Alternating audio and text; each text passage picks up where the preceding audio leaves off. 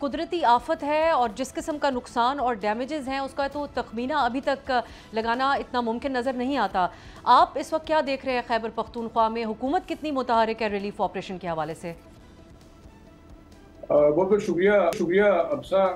सबसे जो अहम इशू है वो ये है कि डिज़ास्टर तो हो गया और तकरीबन 350-400 कीमती जानें ज़ाया हो गई। 100-150 से ज़्यादा लोग जो है वो अभी भी लापता हैं। आलमोस्ट 400 के करीब घर तबाह हुए हैं और मतलब हम कह सकते हैं 20 से 30 अरब रुपए का एक एस्टिमेटेड नुकसान इस वक्त हो चुका है। जब इंफ्रास्ट्रक्चर की बात की जाए, इसमें आपके जो है वो पेस्को, इलेक्ट्रिसिटी प्लस आपके जो लाइवलीहुड फैसिलिटीज़ थी वो तमाम की तमाम तकरीबन विप आउट हुई हैं, ख़ासतौर पर बुरेर के अंदर।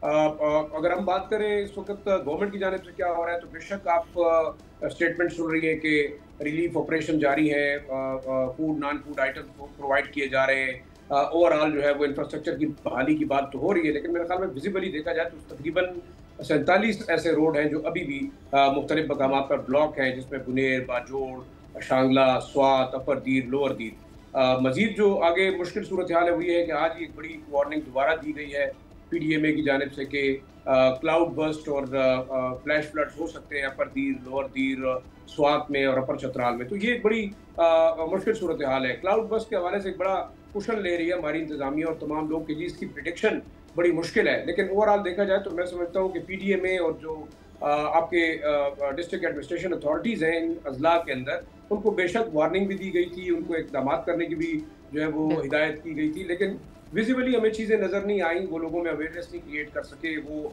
इन टाइमली रिस्पॉन्स नहीं कर सके। और एक अहम और इशू जो है वो ये है कैपेसिटी का भी, क्योंकि ना तो PDMA की इतनी कैपेसिटी है, ना रेस्क्यू 112 की है, ना आपकी जो डिस्ट्रिक्ट एडमिनिस्ट्रेशन है उनकी इतनी कैपेसिटी है कि इतना जो बड़े पैमाने पे जो तबाही हुई है उसको काउंटर कर सके। सब्सक्राइब करें और बेल दबाएं ताकि कोई खबर रह न जाए।